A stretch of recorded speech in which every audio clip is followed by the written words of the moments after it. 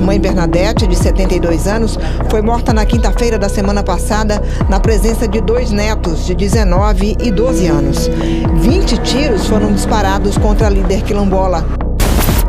Um importante líder indígena, Paulo Paulino Guajajara, foi morto numa emboscada no Maranhão.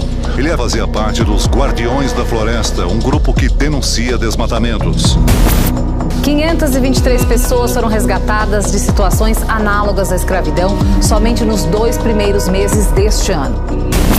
De agosto de 2021 a julho de 2022, o desmatamento na Amazônia passou de 8.500 quilômetros quadrados. Áreas atingidas por incêndios florestais. A ação humana é apontada como a principal causa das queimadas. O Senado vai analisar o texto da lei que flexibiliza a fiscalização e também o uso de agrotóxicos no Brasil, que foi aprovado pelos deputados nesta quarta-feira. E a violência no campo não para no Brasil. Os conflitos e ataques costumam acontecer por causa do não reconhecimento dos direitos dos povos do campo, da floresta e das águas.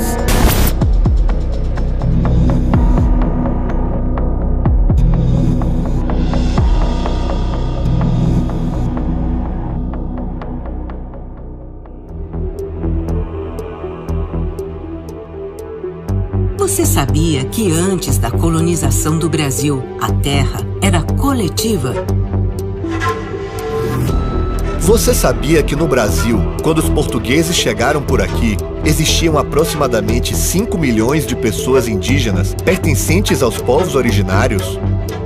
Você sabia que mais de 1.470 povos indígenas foram extintos no Brasil nos últimos 500 anos? Você sabia que durante a ditadura, mais de 8.300 indígenas foram mortos? Você sabia que durante a abolição, mais de 700 mil escravizados libertos não foram indenizados com acesso à terra?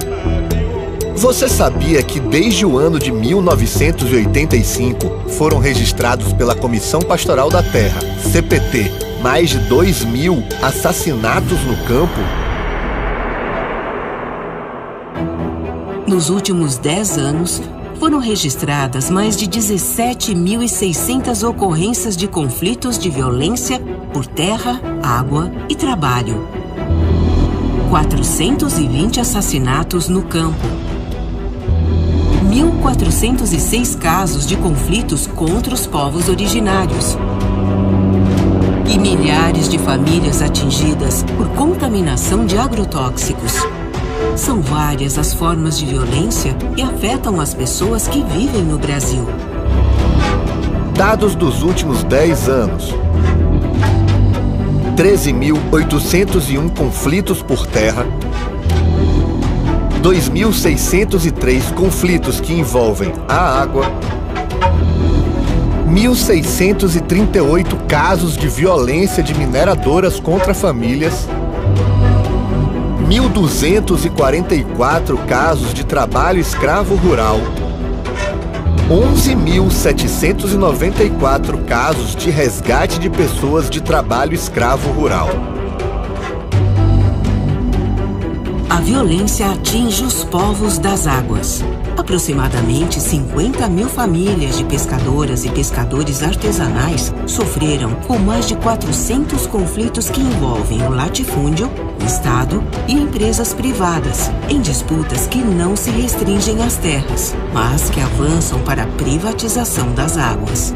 Nos últimos 10 anos, os povos originários sofreram com mais de 1.000 registros de invasões possessórias, conflitos por direitos territoriais e danos aos seus territórios.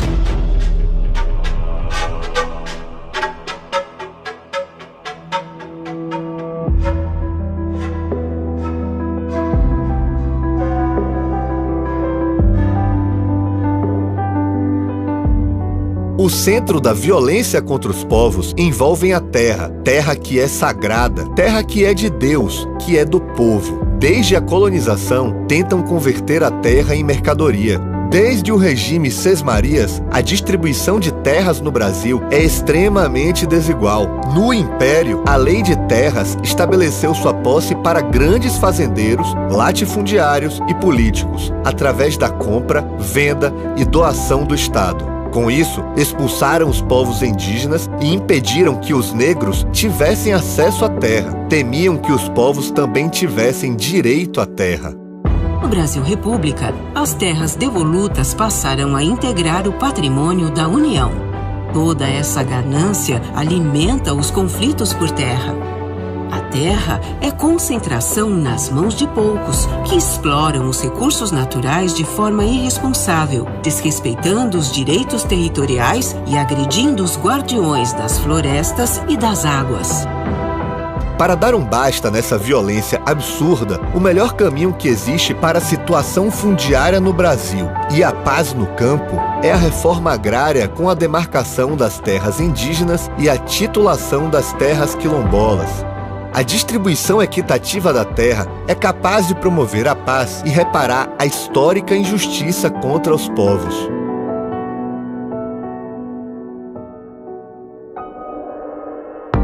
A impunidade é uma das causas da existência da violência no campo brasileiro. A campanha contra a violência no campo nasce para defender os povos dos campos, das águas e das florestas. Mais de 60 instituições e movimentos sociais e pastorais se reuniram para enfrentar a injustiça, a opressão e a desumanidade infligida aos povos que estão em defesa de suas terras e dos seus territórios. O objetivo da campanha contra a violência no campo é denunciar a opressão, o aumento dos conflitos e buscar ações efetivas em políticas públicas para a preservação e proteção aos povos. Vida e terra, sim. Violência, não.